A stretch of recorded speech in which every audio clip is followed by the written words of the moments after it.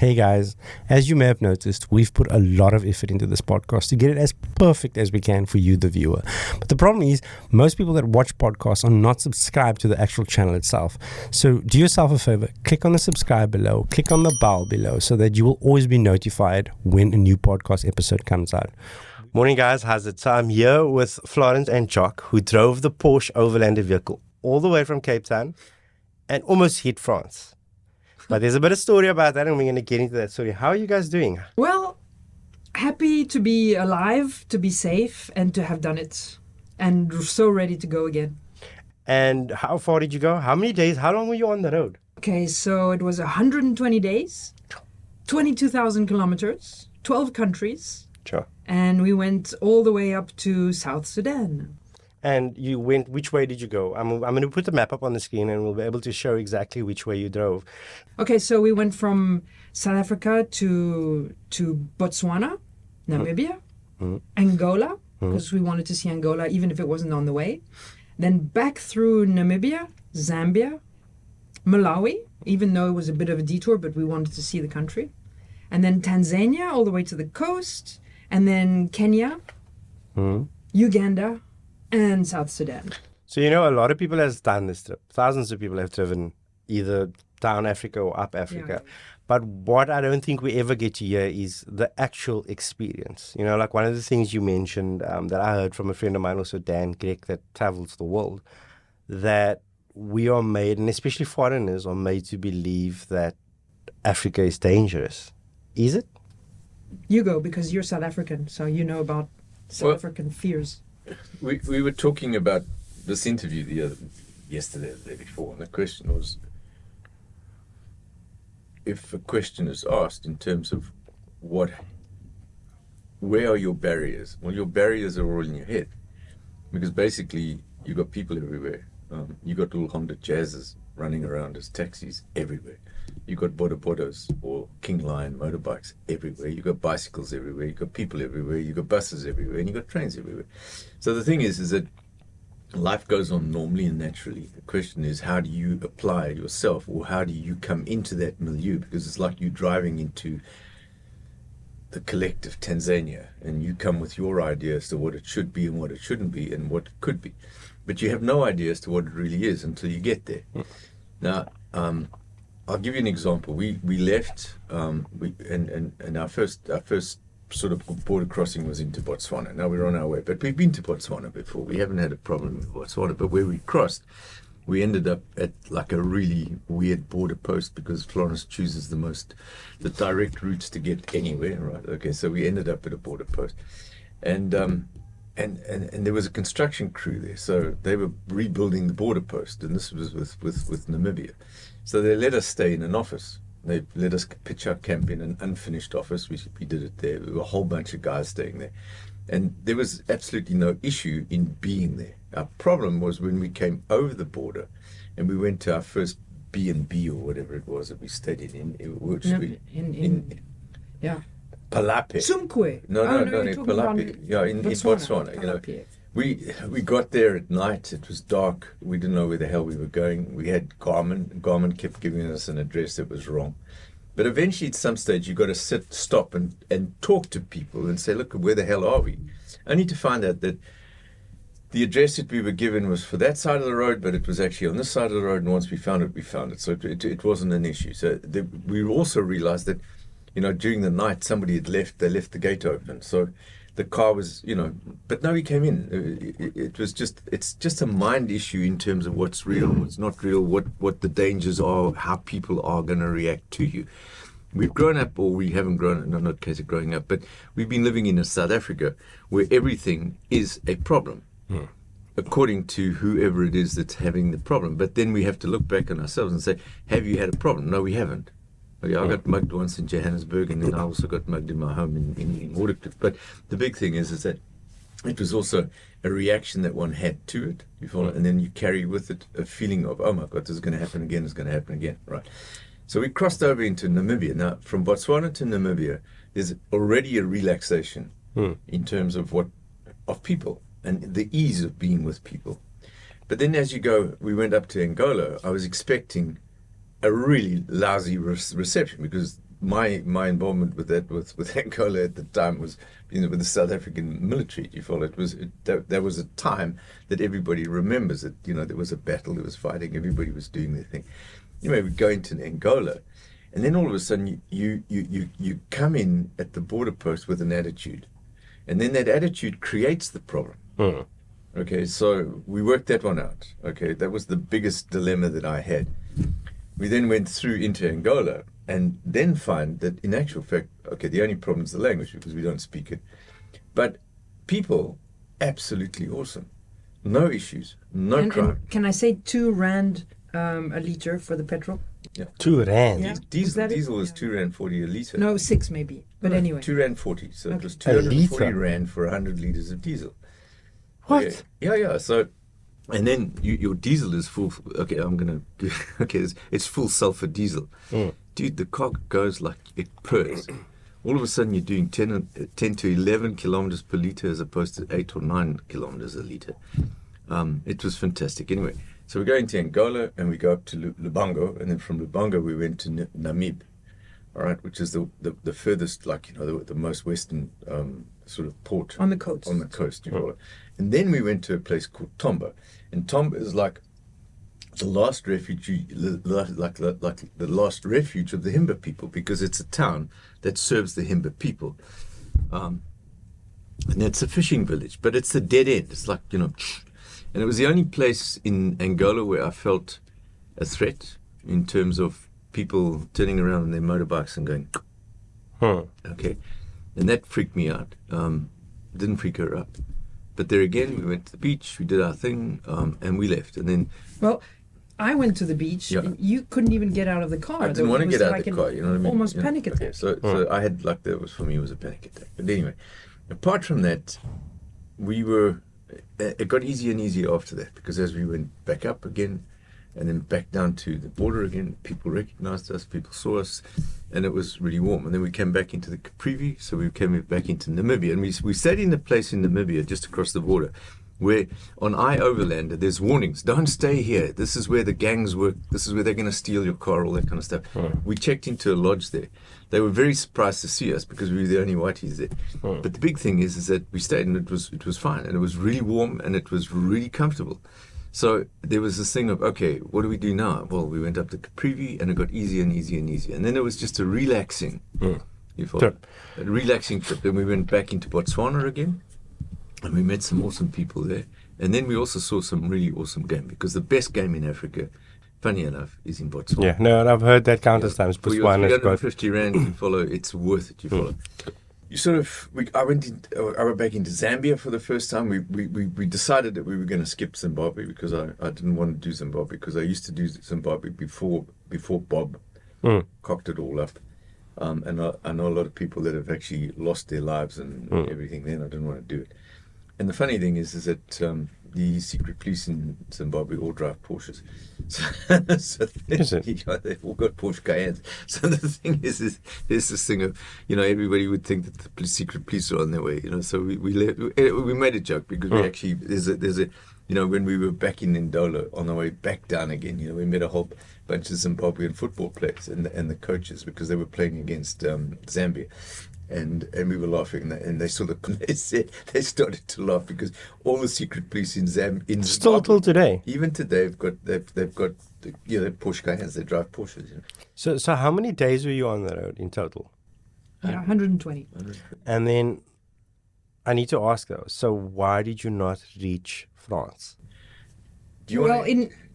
We went all the way to Juba, which is like a halfway mark, and there our plan was to go total west all the way to Dakar in Senegal.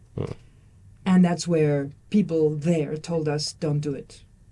And they gave us examples of getting shot, of getting stuck, of having to take a whole month to go through the CAR, because roads are not, it's not a country made for driving, it's mostly a country made for flying. So after serious discouragement, we kind of complied. And also, if we had wanted to take the road to to Kenya directly instead of down back to Uganda, we would have had to be accompanied with a convoy, a military convoy. And if we had gone west towards Central Africa, they were ready to send us helicopters for rescue. So we didn't, You didn't want to put yourself in, you didn't want to put yourself in harm's way. And to bother people with that. If you watch one of the episodes of the Grand Tour with Jeremy Clarkson, I'm sure that they're in Dakar when their cars arrive on a train. And it's basically, again, it's not an area conducive for driving. It's just desert. It's just sand, like proper sand. So it's probably a good choice. I mean, rather always be safe. But you are going back now. Yes. What needs to be told is that the story for Juba, we knew that we could get to Juba. Okay, so that was that. But we met somebody in Kampala, and he was a Zimbabwean, and he just said, "Where are you guys going?" We told him, and he said, "Oh, I don't think you should do that. Do you really know what you're going to do or what you're trying to do?" Then when we told him that we wanted to go to CAR, he got even more concerned, and he said, "Listen, don't." You follow? Then I believe, once again, he spent a lot of time telling me what's happening in the Congo, in the DRC. So it was a question of, do we take this seriously? Once again, do we take it on board as something, a barrier, or do we see if we can break through the barrier? Because it's the whole idea of doing an exercise, like driving. So what happened is that the story of South Sudan is basically a synopsis of a problem that is there. Whether you like it or not, it is there. It doesn't matter what your concepts are. It doesn't matter how relaxed you are. It doesn't matter how comfortable you feel within yourself and how non-afraid. It's there. So we went from Kampala up through to the border by way of the Murchison forests and Murchison Falls and the reserve. And then we went to a place called Gulu, and then from Gulu we went up to the border. So we got to the border, and it started because we had tourist visas, which we got in Pretoria. So we get there, and the head of immigration comes out and says, "Where did you get these visas?" Because he's never seen a tourist visa in his life before. So we said we got them at the Pretoria embassy. So he said, "Well, can I see the receipts? Because if I've never seen a tourist visa before. Are these fake?"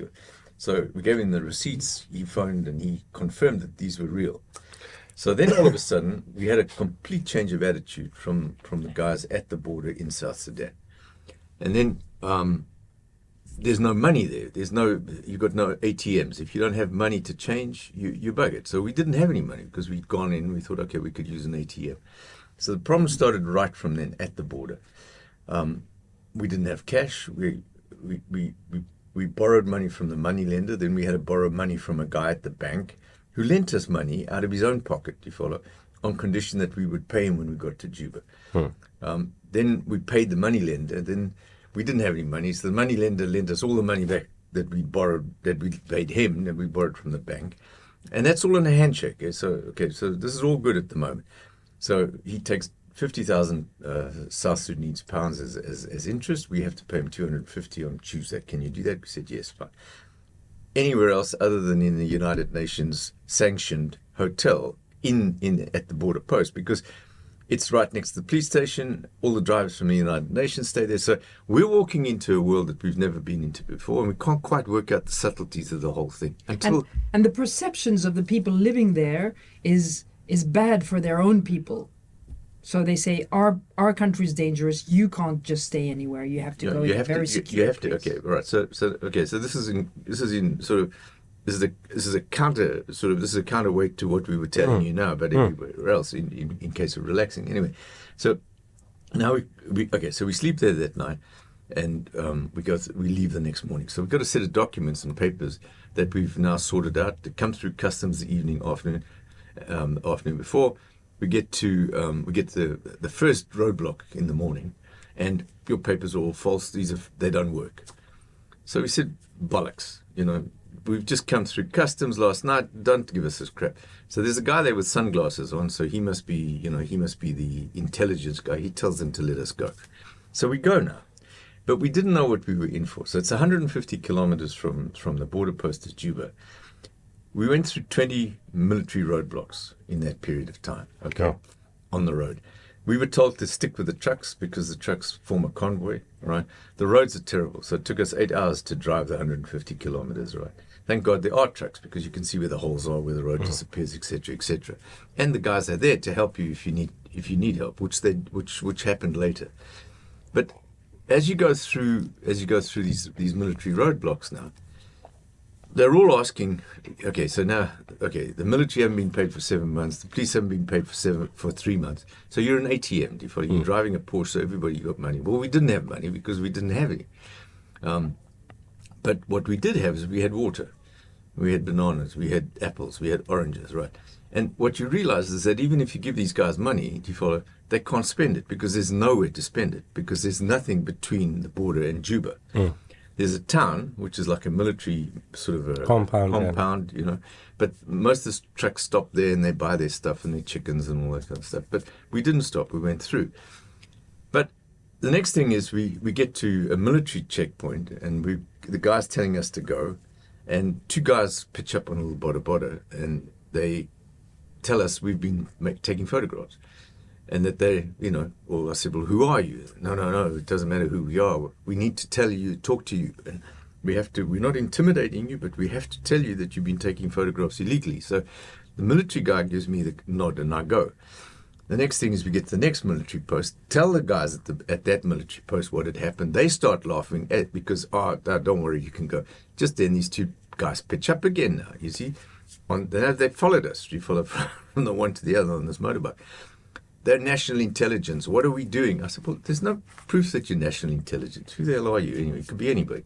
We are, don't you know who we are? I said, no. Military guard gives me the nod again and off we go. But not without them shouting and screaming and trying to hold the car back and all this kind of crap. So we go now. So about 4-5 roadblocks later, all of a sudden we come around the corner and there's a whole bunch of guys with guns there. You guys have been taking photographs. We've been told to arrest you and to interrogate you, you know. So, okay, fine. So the next thing is on the side of the road, 6 guys, guns. They take, whose camera is it? It's her camera, her phone. So they take her off into the headquarters of the Tiger Battalion, right? Okay, because these guys are in charge of everything, and they the A1 force of South Sudan.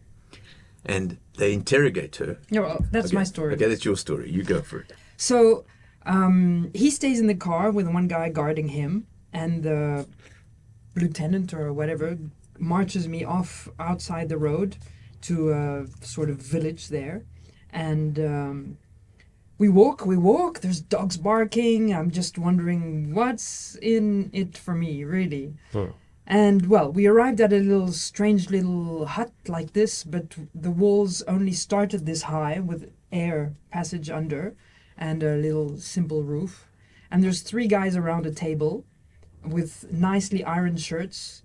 One of them had a pink shirt. He had big sunglasses. He was reclining on his chair with his feet on the table, smoking a hookah pipe. It's like the typical Africa scenario, like you're watching In dark glasses. What's that movie? Lost King of Scotland, kind of. Something like that. Yeah. Or the Lords of War. And so he doesn't budge when I come in with a lieutenant, and the lieutenant explains to everybody in a language I don't understand, and they start looking at my pictures and they recognize military stuff and bridges and people and guns on trucks. Yes, I took pictures of that. Nobody told me not to, and I thought it was, reporting material. Bit naive. And then so after a while they ask me to delete, but only once, it goes to deleted files, so I could keep them. They didn't know that. So this was on your camera? No, on my phone. Okay, yeah, the recently deleted, it's still there. Yeah.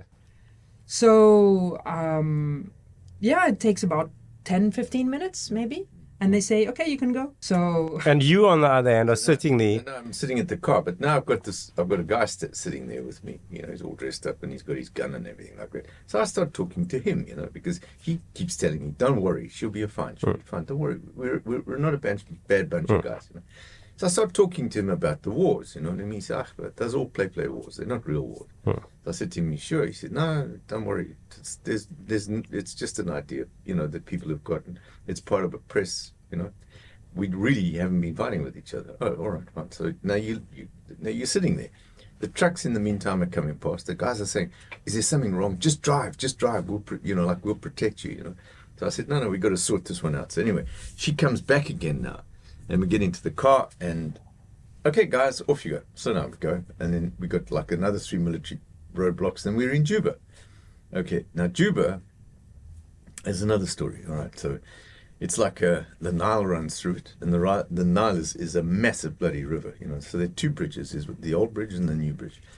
So we cross the old bridge, which is about half a kilometer wide, and the river's flowing so badly that it's so strong that the kids they jump in, and then they get washed downstream, and then they climb out and they have to run back again because they can't swim against the current. That's how strong it is, and it's deep as well.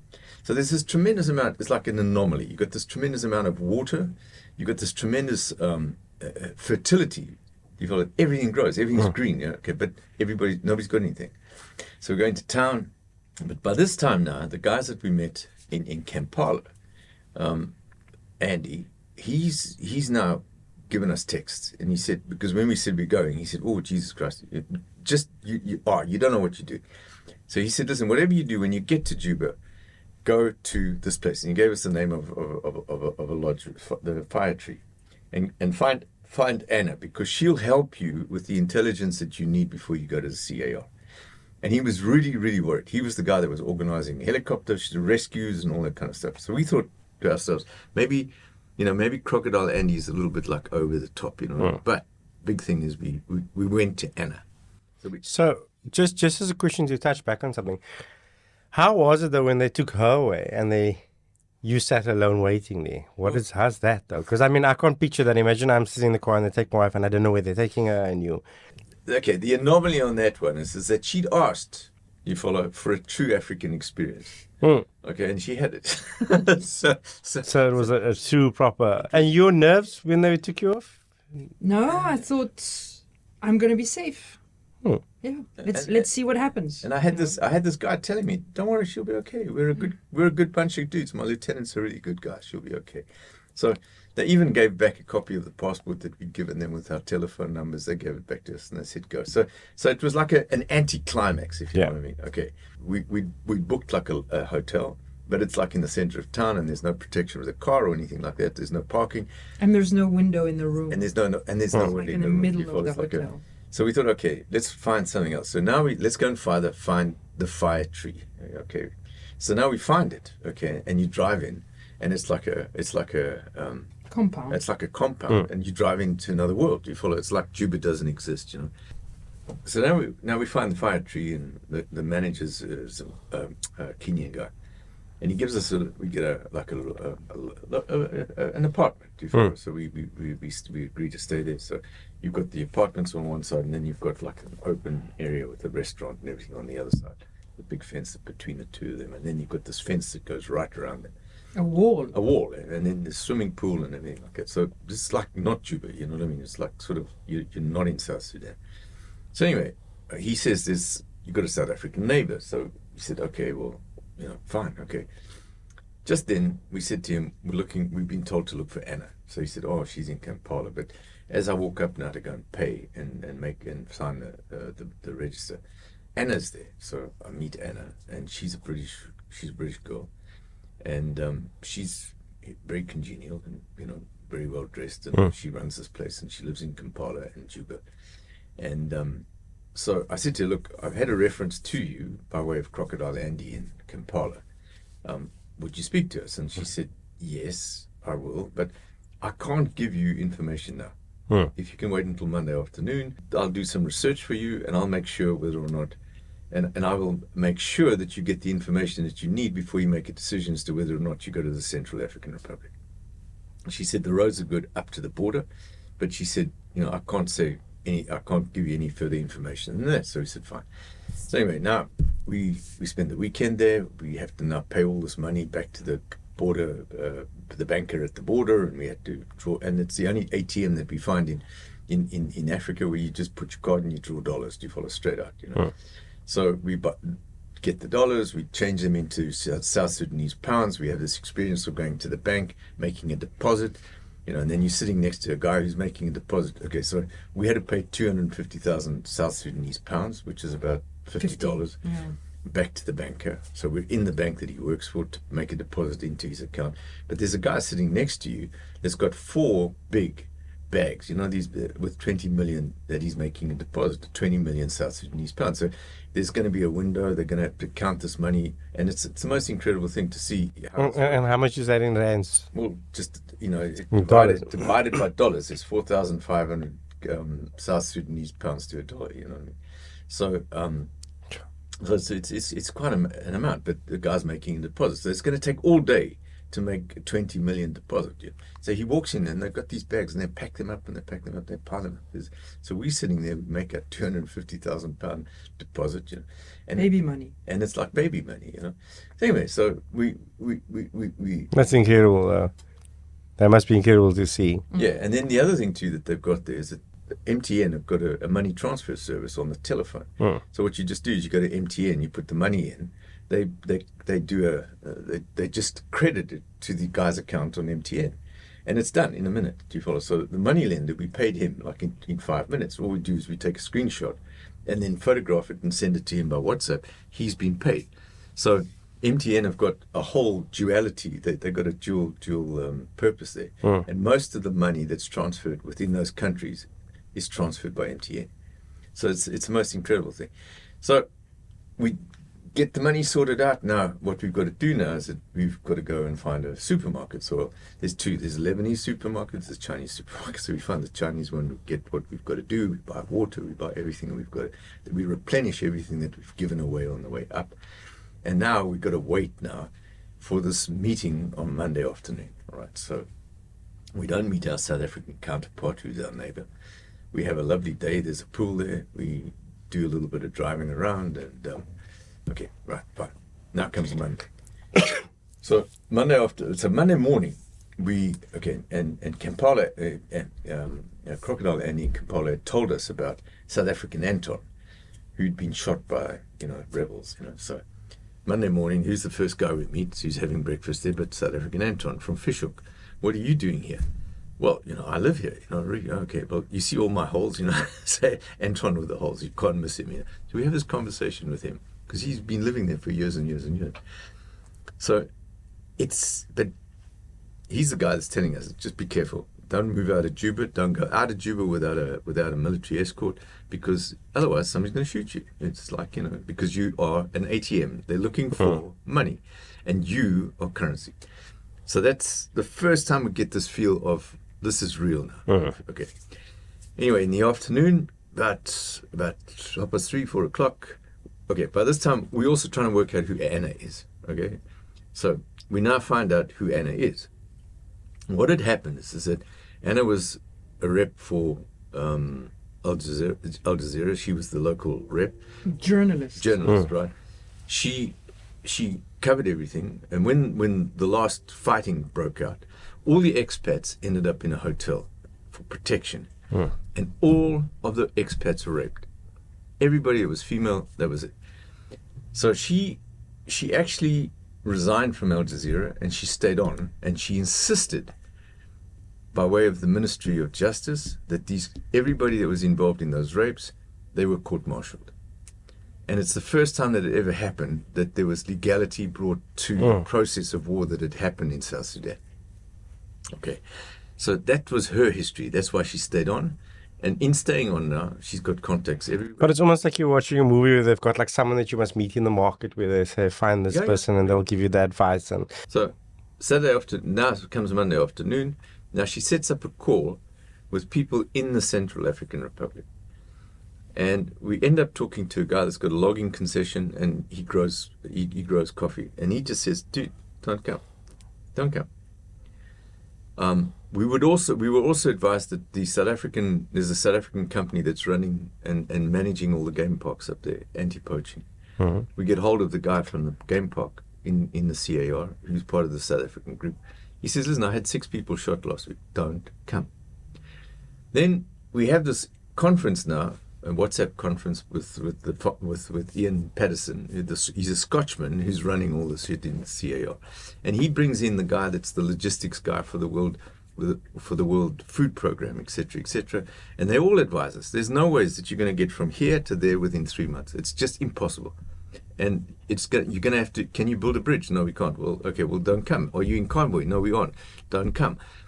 This and this, have you got, no, we haven't got weapons. We haven't got guns. No, we're not going to, no, don't come. It's not going to happen. You guys are not going to get through, and you're not going to get through safely. So we had this final meeting. Then I said to her, let's get hold of the ambassador that gave us the visa, all right, which we did. So we wrote to him.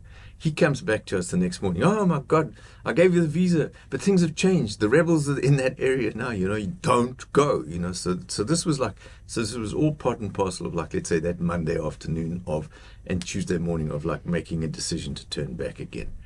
So that kind of happened. And then we began our process of, okay, let's go back again, because now what are we going to do? But the Monday evening, the South African guy, he emerges, and he is from Mossel Bay. He runs all of the logistics for the vehicle, because they got this incredible network of vehicle deliveries for food into South Sudan and the surrounding areas.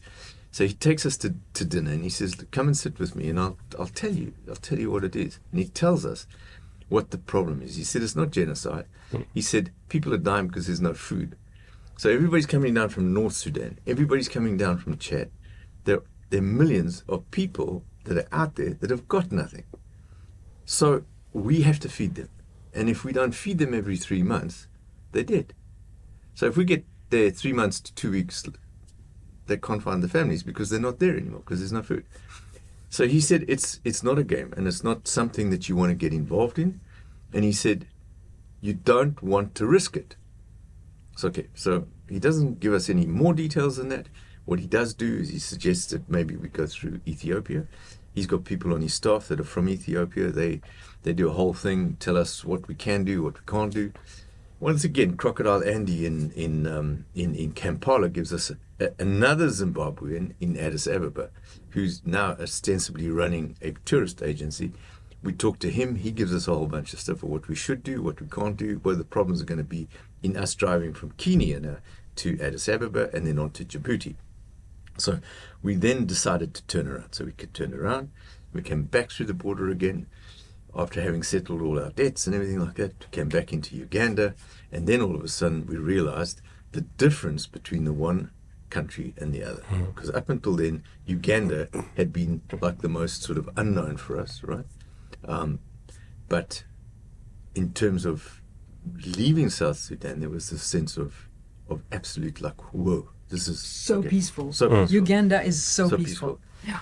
So we then went back again, and we crossed it into Kenya again, and we went back to Nairobi, and we had friends that we were staying with, and she's actually the 2IC for all the refugees for the United Nations in Africa, and we didn't know what the story was. Okay, all right.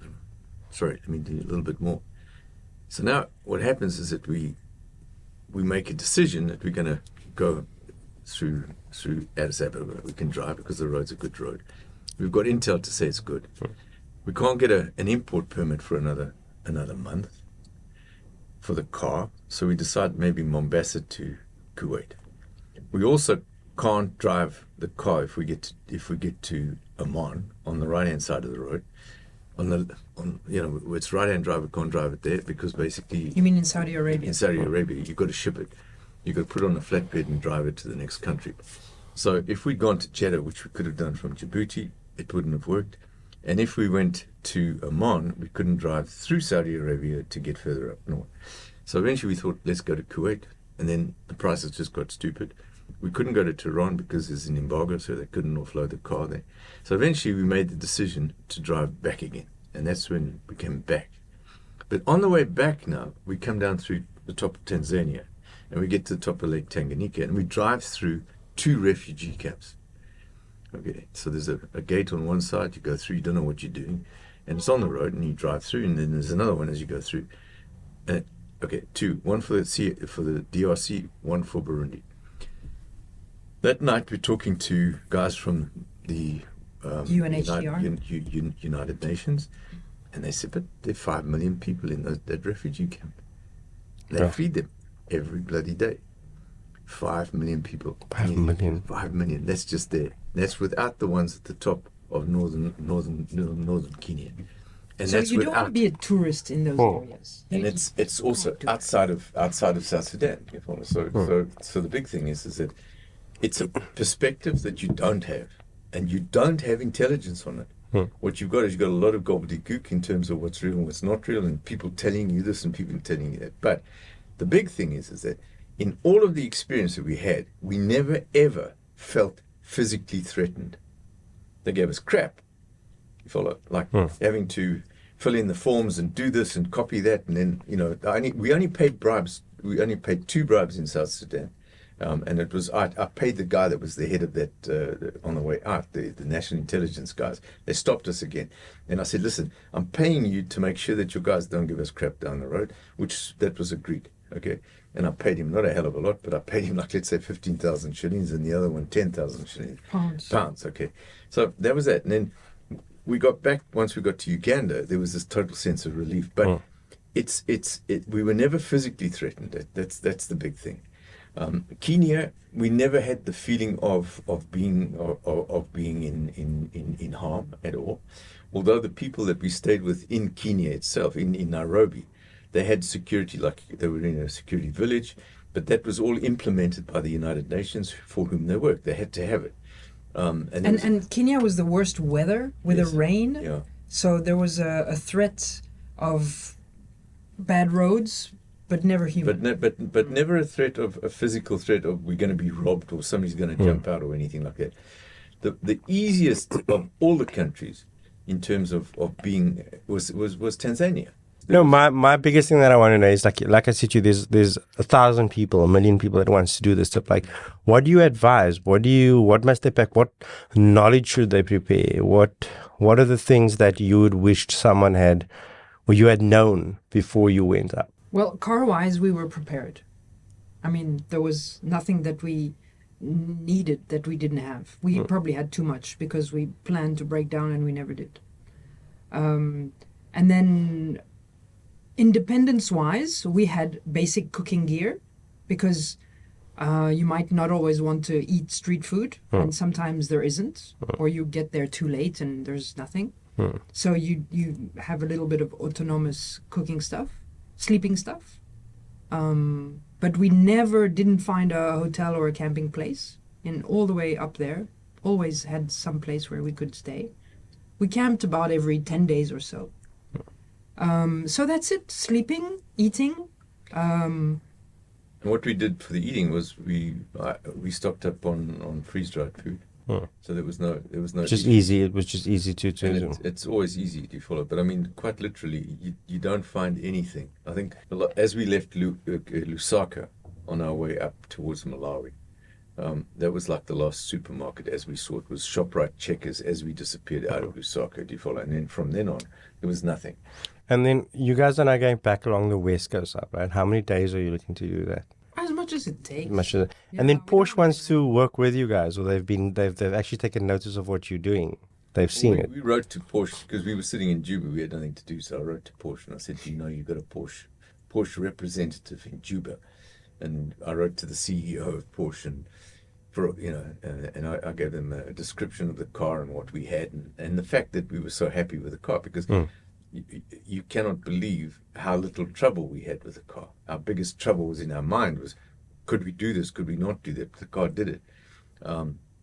So as I said to you, our friend Chris, he had a Land Cruiser and he had untold problems, especially in the Serengeti and everything like that, because basically, bolts fell off and gearboxes were ready to drop out and all that kind of thing. And he even had a broken windscreen, which we didn't have. And the funny thing is that we went to Porsche in Cape Town looking for a roof box the other day, and the guy said, "Did you have a problem with your windscreen?" We said, "No, not at all." He said, because this is the biggest problem with Porsche, the windscreens, So we said, well, we're unaware of the fact that this even can happen.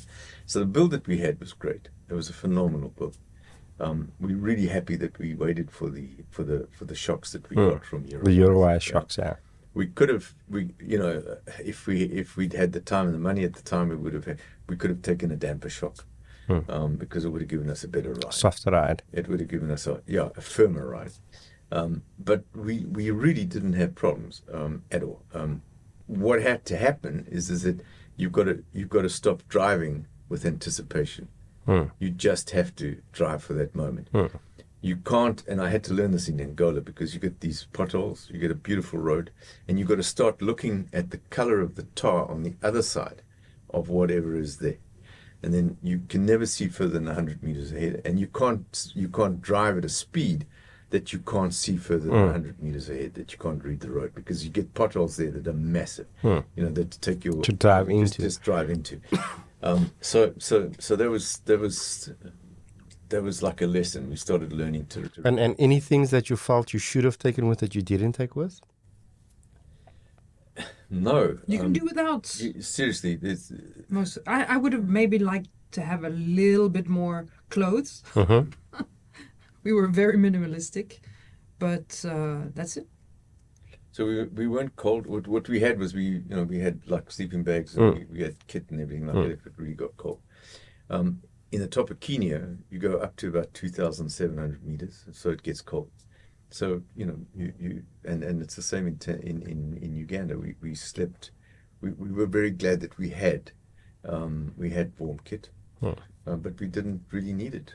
We didn't. It wasn't like an imperative. So what does Porsche want to do with you guys? What are they interested in doing? I don't know. They just asked us. They've come back and they've said, "Look, can we get some good high resolution photographs, which we were going to ask you to help us with, and then can we have an interview?" So that was it. Maybe they offer you a new Cayenne. Don't. maybe a service. You know what I mean? It'd be great. The only problem that I've got on the car is I've got a weeping oil seal on the main transmission line. Okay. Yeah. So your rear main seal, basically. Yeah. So basically, that's it. So I don't know if you follow. There was a British couple that was driving from England to Cape Town, and they were driving a Hilux bakkie. And from all the corrugations, the back of the cab of the bakkie started bending, and it basically did this and was this. And then they were doing all these wild jobs up in Africa where guys were like wilding braces, and it was all side road jobs to getting the vehicle actually drivable again. And then it would break every time they hit like really bad corrugations. And then they were running a GoFundMe, like a crowdfunding thing, because they started to run out of money because it was costing them so much. And Toyota saw this, and Toyota offered them a brand new 2023 or 2024 Hilux Okay, well, Legend, tell Porsche that. and they actually turned it down. Well, They said the reason why they turned it down was they said the car was part of the journey. The memories were made in the car was a thing. Yes, the new one is going to be amazing. I think they had like a 2016 or something. The new one will be amazing with all the bells and whistles, but it's not the character of the vehicle that they started off with. Well, that would also apply to this car, because basically it's 2009. It's got a low range, high range. And center diff It's got a diff lock as well. The only time that we've used low range outside of one of the parks in Botswana is actually when Garmin took us off the bloody highway in Kenya, in Nairobi itself, and I needed to put it in low range to get up an embankment. Yeah. Okay. So that's about it. So you guys, I'm not going to keep you long. I know you've got a lot you need to do, but have you guys set a date for when you're leaving? Sometime in November. I I wanted to say that when I got sort of disgusted in Nairobi and decided to come back, my idea was that we sell the car and fly back to Europe, and then we'll see. But he developed a relationship with the car, like a symbiosis. Like in those science fiction movies, you get in the spacecraft and it sort of gels with you. Well, he got that every morning. So there's no way that car is going to be sold. But in Europe, in the States, in Asia, you need a left-hand drive. So the idea in Saudi is... Arabia. Okay. The idea is to buy another one. Just for that area. And have it remodeled. And I, we were just built the same way that one was. I've been following a lot of guys in the States that have now moved over to Porsche Cayennes, all 2007, 2008, 2009 models, because it's a very capable vehicle. You know, it's not a vehicle that's, I think it's sold in South Africa and worldwide, but I think South Africa specifically, and we spoke about this last time, that it's seen as like a elegant vehicle that can't do anything hectic, but it's actually built for it. This is my head. I had to get my head around this big time, man, because there was this part of me, because I left with so much instilled like Fear. of, oh my God, this car's going to fall apart. Until, of course, the Land Cruiser dudes, you know, they had problems. And then, but haven't you had problems with your Porsche? No, we haven't, you know. And we had one single problem with the tire. So the inner valve on the rear back tire was wrong. So I woke up one morning, it was flat. Is it a puncture? No, it's changed the valve, filled it up. Went to one of the roadside things, took the wheel off, put it in some water. There was no bubbles or anything like that. That was fine. So that cost us like 200 shillings or something like that. It was done. But the thing with the car is that I only actually let it happen, let go of any concerns. When we came from Craddock, we came the back way through the Karoo, and we had a couple of 100 kilometers of dirt, and she sings, man. It's the most incredible thing. So for the first time, there's this thing of this car is what I wanted it to be. And there's the feeling of it's going to be just performing, yeah. So Bok, we had a problem on the back on the spare wheel on the outside. You're talking about BOC? BOC, yeah. They did the build. Yeah. So what you do is you get a vibration that builds up, because what you got is you got a swing arm that's got a tension in it. Yeah. And the center of gravity on that tension is underneath the wheel. Then you've got an arm that holds the wheel. So we had to weld that in Nairobi. We were lucky enough to find a guy in Nairobi who he's an Austrian, right? And he looks after the cars of the Austrian embassy. And we went to him and we said, listen, just check the car out. And he went through everything. And all we needed were control arms. And he said, well, don't worry, I'll sort that one out. So he's got a list of spare parts, you know. Porsche and Volkswagen, compatible parts.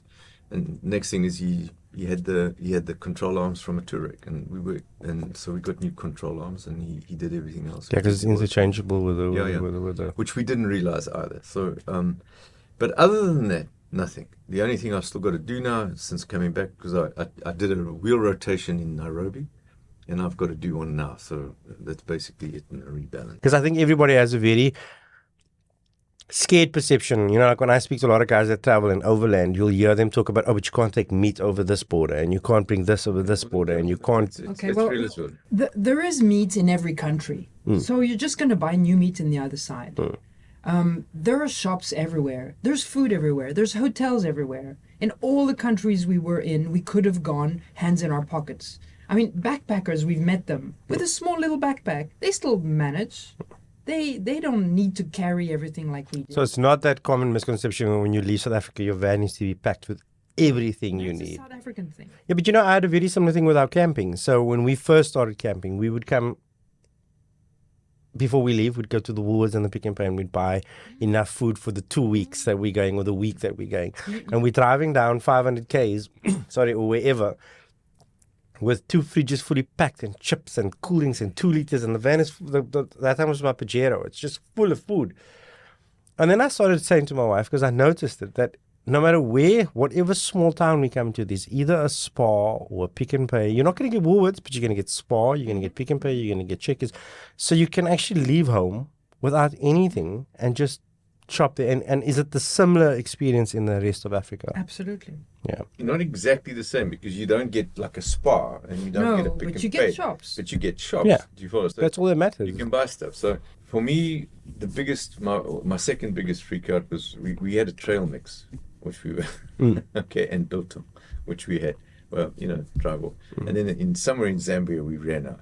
And you thought you wouldn't get it. And I thought to myself, okay, right, fine. But then we dropped it, and it wasn't part of our diet. See, the thing is, remember, like, you also, living in South Africa, both of you, you understand that if we drive to Craddock, you're going to find a Spar or whatever. Right. But understand, a lot of the people that do this is from Europe and America and Australia and wherever. And what the media has fed them is that when you're in Africa, it's destitute and it's completely isolated and there's tumbleweeds, and you're going to find a petrol station every 600 kilometers or something. So it's good to actually speak to people that have gone there, and a lot of people that I've spoken that's done it. I've got one friend that spent probably 4 years driving in Africa, and he says, look, he actually feels safer in Africa than he felt in South Africa, where he's from. So that was that similar for you guys? Well, I'm not South African, so I'm ready for anything, anywhere. I don't have a preconceived fear, and I'm ready to eat local food. So once you can do that, you can survive. You're gonna survive. I mean, there are people everywhere. Rarely did we have an hour without seeing people. So these people have to eat, they have to sleep, they have to wash. So there's always somewhere. So one of the things also that, like Dan mentioned, like someone asked him a question, and me and him spoke about it also on an interview on YouTube. I asked him about driving with a satellite phone, and he was a guy driving alone, and he circumvented Africa, and he said that he felt that, what are your friends going to do at home? You're going to phone your friends at home and say, I'm stuck in the middle of the Sahara. The only help you're going to get is from the people that's actually around you. They are the ones that's going to weld up your car and pull you out and fix up and do whatever else that you need to do. So there's no point in that also. And I think it's just such a negative idea behind Africa. And it's sad that it's there. And I mean, everybody said to me was like, people will open up their homes to you. They'll let you sleep in places. Like you guys said, you slept in an abandoned office block because you needed accommodation.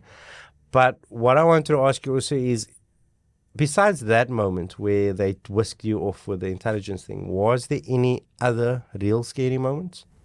No. The only thing that you got to get used to is the fact that you are in a vaudeville show and you're it. You're the show. So when you pitch up somewhere, you're all it. attention's on you. Okay, Yeah. so I went looking for an oil filter in Kampala, and there's an area in Kampala where they do all the spare parts for all cars. Doesn't matter. He wanted a spare. We didn't need one. I didn't want, but I wanted a spare, and I wanted the experience of finding the part, because we've been reading stuff on iOverland, and people make comments and everything like that. So I got on a border and off I went. And first of all, then Crocodile Andy said to her, "Where's Jock?" And she said, "Well, he's gone to get a filter." He said, "Oh, I don't know if that's a wise thing for him to have done." You see, so the next thing is, you arrive in an area, you get off the border, and you just got people. Boom, what are you looking for? So it's a case of discernment, of working it through. But blow me down, do you follow? Within 20 minutes of finding a place to, there's a guy who's he missed the filter. Find him, and within 20 minutes, I had a filter for my Porsche. Okay, it was a Volkswagen part number, but it was a filter. Still the same thing. An oil filter. And then of course, then the issue is the pricing, because then they get stupid. Oh, you've got to have this, and it's going to cost you $1,000. No, I'm exaggerating, but the big thing that's also a lesson. Just wait until everybody goes. But the big thing is to work through that. The other one is that every border that you cross has got its own economic dynamic, and if you start fucking with that, excuse the language, you're going to have a problem. All right, so just go with the fact that you get a guy, pay him his $20, because he pays everybody else from that $20, and let it happen. If you start doing, I'm going to do it, I'm not paying you, then you have a customs official that's on lunch. Because they're all part and parcel of that economic dynamic. Yeah. Right. It's a little syndicate, basically. It's a little syndicate that they got going. You've got to just work it out. You've got to accept the fact that this is going to happen. It started for us in Angola, and I tried to bypass it. Doesn't work. Yeah, coming on your own now, you think, I don't need to pay this guy, I can do it. It's just a few papers. Yeah, because then what happens is that, but we need a photograph. We need a printed photograph of the front, the back, and the side of the car on one piece of paper. They start coming up with these strange requests. Yeah, right. Okay, so then, the guy takes photographs, he runs back, crosses the border into Namibia, he gets it printed there, he comes back again, and you've got it. Do you follow? So to pay him the 300 Rand or whatever it is that he's looking for is the cheapest deal that you could ever make. Very good knowledge there. Okay. Because I know a lot of people that say to me, you get to the border and then, I sat there for 3 days. Yeah. Probably because they just didn't want to, they felt that they could do it themselves. And I'll give you an example as well. We came through to a particular border post. We came through from Arusha through to Nairobi, and we got to the border post, and we were advised that there's no law that requires you to have a carnet for your car to enter into Kenya. Well, just so happens that at that border, they were the law, and we needed a carnet. And do you know that on a Saturday, they organized a carnet, a genuine carnet from AA in Nairobi, had it couriered to the border, and we got it at 9 o'clock that night. And we were able to cross the border. Because of the guy that you got? Because of the agent that was there. But the agent, do you follow, together with the guy that heads up customs, they were all part of it. Okay? So, and they are, and like you say, no matter how, that's also very interesting to note. No matter how you research the law of any country you're going to, at that border custom point, they are the law. They are the law. Doesn't matter if their law says that you don't need the car. That guy standing that's going to let you go through, he's the law right now. Whatever he wants, it's but I just want to say that border is the main border by which cars come from South Africa, and they have a history of stolen cars being sold there. They also have a big compound of cars not complying and being stuck there, so they do check. But there's other borders where it's known that you can go without a carnet. So you can bypass if you... And they also told us, if you really don't want one, we can make you go through the back road. But then if there's a stop, a checkpoint by police, then you won't have the document. But of course, that never happened. So you don't know before you get there. So look, that's not their first rodeo. So what we got, and I want to put this out there too as well now, we got a carnet from Nairobi back to the border in a day. It was done. Half a day, yeah. Half a day, right. We paid an amount for it, you follow? But the big thing is that it's a quarter of what we would have had to pay to AA South Africa to get a carnet to leave here. Yeah. And that was without a deposit, because the carnet here, they wanted 50,000 Rand deposit for us to get the carnet before we could leave. And nobody asks you for carnet. Nobody. We've had to ask people, we've had to insist that they sign the carnet in and out. Okay, that's interesting. It's very interesting, and people should just take that in. But then again, we've only done 12 countries on the eastern side. So the rest of Africa we can't talk for yet. All right. Yet. Okay. There's a yet. So now, but now we've got a carnet, which is valid for a year. The other one too is that what you've got is that you've got, the insurance is what would they call it, for the Central European. COMESA. Buy COMESA insurance. Because COMESA insurance is like a third party, it's an additional top-up, right? And it's valid for all of the 6 countries that are part and parcel of COMESA. And it's a one-off payment, so it's about $25 or $30. What we did was we didn't know that until we came back again from Uganda to Kenya. And then they said, have you got COMESA? And we said, no. Well, we didn't plan to come back. That's why we only got one as we went through. But it's applicable for all of the countries, and you can buy it for 2 months, 3 months, whatever it is. The other thing is don't throw your documents away, because when we came back into Zambia, all of our insurance was valid for 3 months, so it was all valid again. All we had to do was revalidate it. So when we came through, they stamped it. We didn't have to pay again. Even the visas for me. Even the visas for her. If it was 3 months, which I always thought was too much, actually was useful. And people are going to tend to come back to the same countries because of that, like, roof, the hard ceiling. So. And also because it's volatile. You know, it might be all okay when you leave, but on your journey there breaks out a war, there's civil or whatever, and then suddenly you have to completely deviate from your course. But from here to Uganda and all around Lake Victoria, coming down on the other side, even Rwanda, Burundi, it's feasible. And last thing I want to ask you is, what has stood out in terms of what is memorable? Like, if you had to pinpoint in your 1 or 2 most memorable or amazing things that you saw while you were gone. Well, for me, holding a 1 kilo gold bar from a mine in Mwanza. Or in Geta. Was that Tanzania? That was exhilarating. And the most beautiful were the boat trips on Lake Victoria when you look at the shore, be it in Kenya, Uganda, or Tanzania. We did all 3. That was amazing. And you, Jack? For me was the running the rapids on the Nile below Jinja. So you on a boat in the rapids? Class 5 rapids. We capsized twice, and we survived. But it was crazy. So that was fun. So there's like 40 kilometers of rapids, and you set off at 8 in the morning or 9 in the morning. 40 kilometers? Yeah, you go down. That's wow. Jesus. And then you get to the bottom, and then they pick you up again. But then the drive back with the boat and back to where you started takes twice as long as it does to. It was my only sunburn in the whole Yeah, trip. yeah. And the people, what did you take away from the trip with the people? There was one thing you remarked is that even though sometimes it's not great food or accommodation, it's the best. That they can give. Yeah, and they give it willingly and Yeah. they do their best. Yeah, So a great willing attitude. And then once again, money. Okay, we've had this thing with money not once. We've had it a couple of times because we stayed when we went into Tanzania. We ended up at the old farm, which belongs to Nicola Cox. Right. Okay. So you got these old families that've been there for a long time, right? So we go in there, and of course there's a problem with the machine, so we can't pay by card. So we said to them, look, it's not our problem, it's your problem. So they said, okay, fine. What will you do? So we said, well, look, we'll go down the road and we'll find a bank and we'll make a deposit. And they said, fine, but it's like Saturday, so we can't do it until Monday. Right, fine, we'll do it on Monday. But by the time Monday came, we were already right down on the other side of Tanzania, and we stayed at a lodge called the Swiss Tan. The Swiss Tan Lodge. Do you follow? So we go in there, and it belongs to a Swiss guy, and he's been there all his life. You know what I mean? And it's beautiful, perfect. You can even have rusti. You know what I mean? You think to yourself, okay, shit.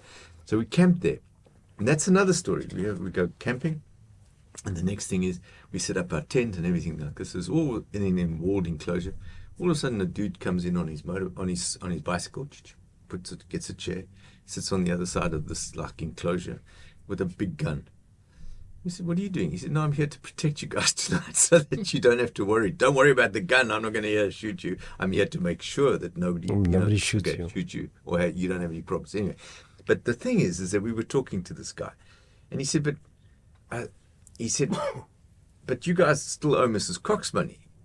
And we said, yeah, we know. And he said, well, so we said, can we pay you? So he said, no, we can't because it's all linked to tax and everything like that. So he said, go back up into town, and the one bank's across the road from the other one. So on the Monday morning, we went and did that transfer. But everybody knows everybody else.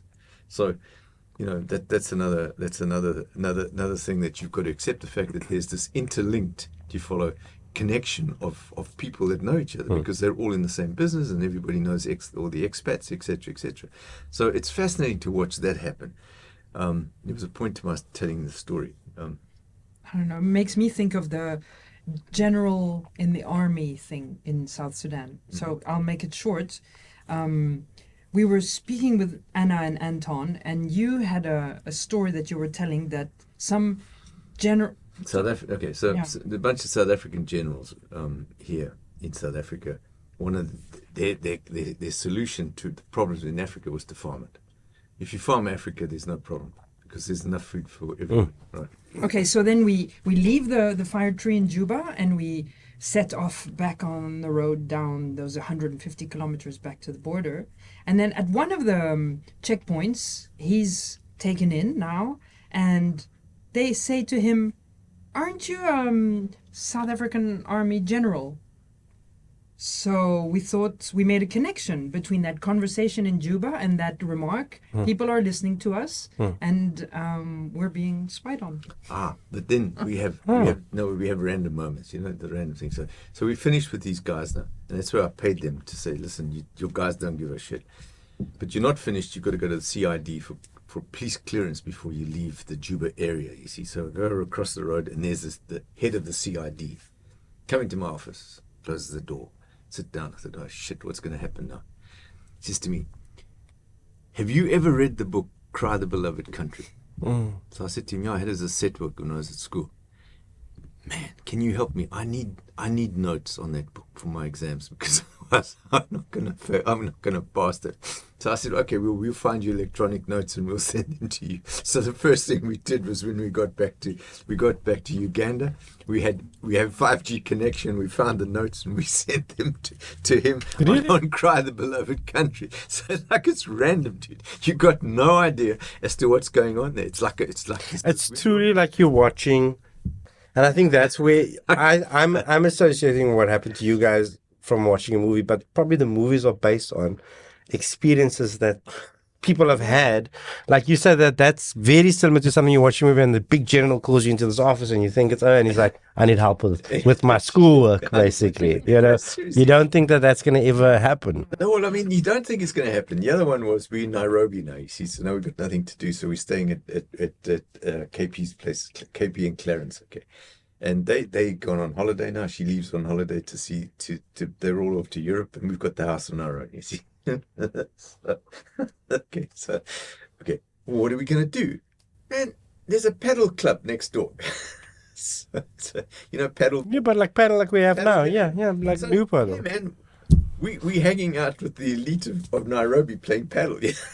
And we have this whole experience here. We pitch up in our Porsche, and all these other Porsches parked outside from Nairobi. And that's all the creme de la creme of Nairobi. Yeah, we got this. We got our thing with our roof box on top and everything like that. And we went to the guy and we said, "Listen, can we learn to play paddle? Have you never played paddle? Like everybody plays paddle. Come on, it's like this new thing." All of a sudden, we're part of the Nairobi elite now. We're playing paddle, but a lot of westernization there. Oh yeah. And the most westernized country after South Africa. It's Out of the 12, 12 out of 54 countries in Africa. So it's a little bit we did. And I'd been there years and years before. I mean, when I went there was the Intercontinental, and there was the hotel that everybody used to go to, Hemingway and these guys. And I said to the taxi driver, "Shit, are there any more?" He said, "No, God, you won't even believe how big Nairobi is now." Yeah, but if you look at it, how and you see all the way that they've really spoiled at Nairobi, even Rwanda, it's become very westernized. Very. But we haven't been there. But the other thing too is that we also you don't realize to what extent it was organized. Okay, so. When we go through we're in Uganda now, there's a village, and that village has got the hotel in, which was built for the people that built the railway line, which then became the hotel. Masindi. The Masindi. So we're in Masindi, there's a hotel there. And that's where Hemingway used to stay, you follow? And then we realized that Hemingway had two air crashes in that area. And his plane, the first air crash was, they were flying so low that they hit the electric cable, the telegraph cable for the railway line, and then the plane crashed. You follow, and then so they were able to get out because they were able to walk to the nearest railway station and wait for help. So that was like the one. But this hotel in Masindi, they also made the movie The African Queen, and Humphrey Bogart and Katharine Hepburn, and they all stayed there because they made it on Lake Albert. You follow, it was the most fascinating thing. And you don't realize, but people used to get on trains, do you follow, from Mombasa, and they'd be, do you follow, halfway across the continent by the next morning, with absolute, service, luxury and proper. So anyway, so we went there, and we had these experiences, they're all over the show. The other thing too is that the lakes. Okay, this is another thing for people that are not or that are interested. We went to a lake. I'm going to stop you. That battery's about to die. Okay, sorry. Oh yeah, red blink. We can end it now soon. The last time I'm just gonna. Let me just change this. What do we really want to talk about that we still haven't talked about? Well, I just want to talk about the water level. Yeah, the water level. Okay. Do any of you want to use the toilet or anything? No. Yeah. Yeah, you want to? But you can. I can stop quickly. I can wait. I'd rather be in the in the go. Okay.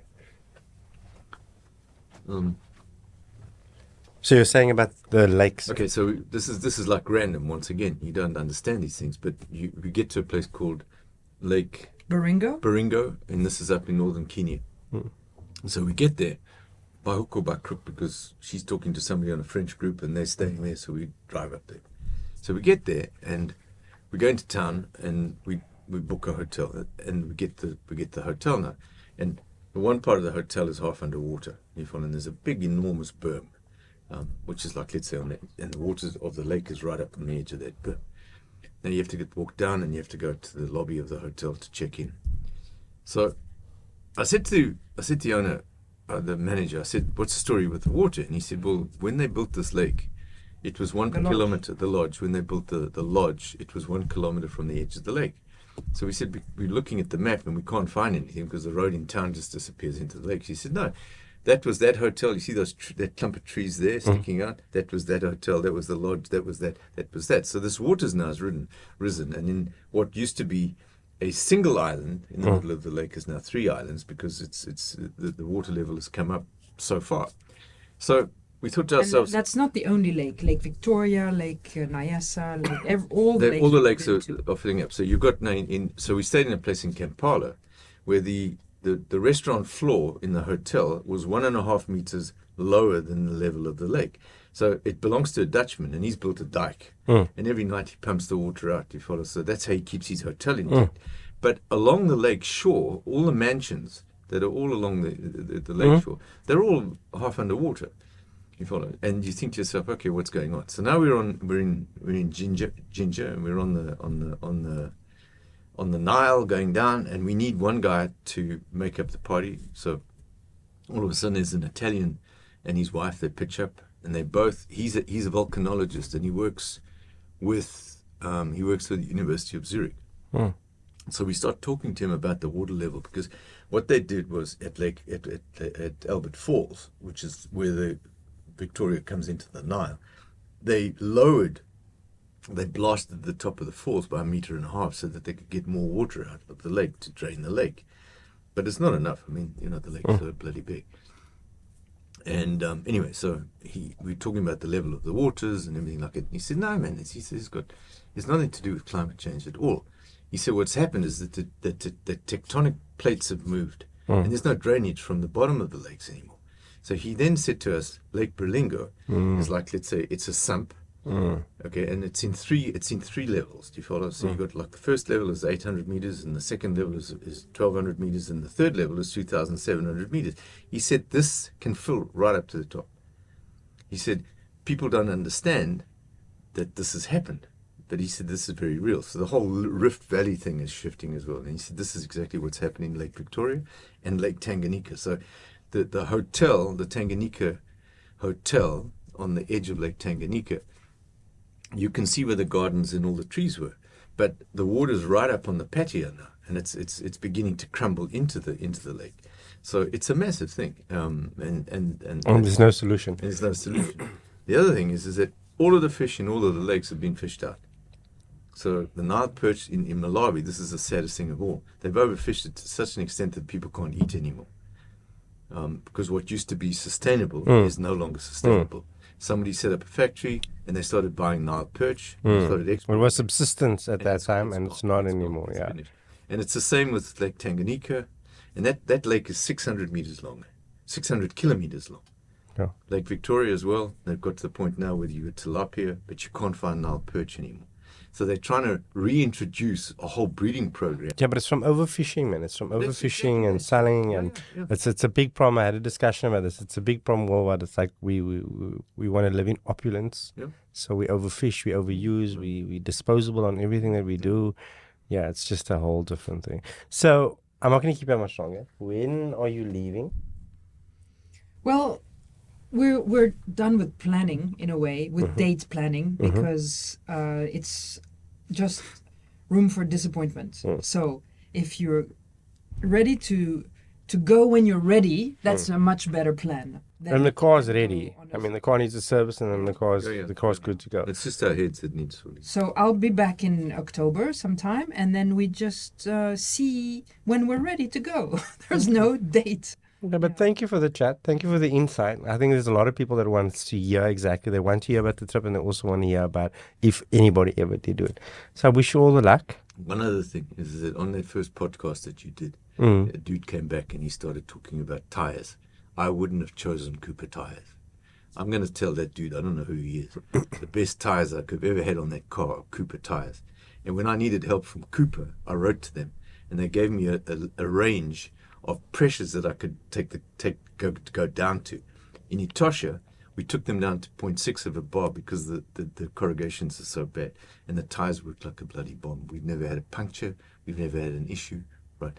Cooper tires. Look, you know, you look on all my cars, it's Cooper tires. On my Cruiser, on my Pajeros, it's all Cooper tires. I've also never had one bad experience with that tire. And I'm not trying to push a brand, but like I've genuinely never had a bad experience. I've never used my spare wheels. You know, I've never ever touched my spare wheels. They're just there for the show or the idea.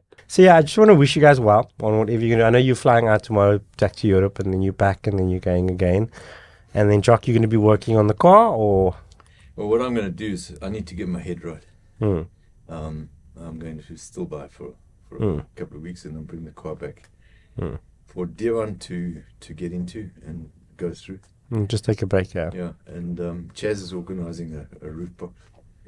Because what we'll do is we want something that we can have access to without having to undo the whole. That was always my thing with the roof bag. You know, I've got roof bags where I put my camping chairs and stuff in, but every time you want something quickly, you have to get the bag off the roof and then do your thing. You know, as a roof box is just open and close. Open and close. So, and you get the nice ones, like the Thule ones that open from both sides, left or right. So you can open it. And aerodynamic. Yeah, and the aerodynamic. They help a lot. So I've got a new tent on my van, a Desert Products tent, that is aerodynamic, and it hasn't even changed my consumption because it's wedged. It's not a block like other tents that are like a block. This thing's completely like a wedge. So it basically and it's got these grooves on it, so the air just flows over it. But wasn't it the one that was on top of the Porsche anyway?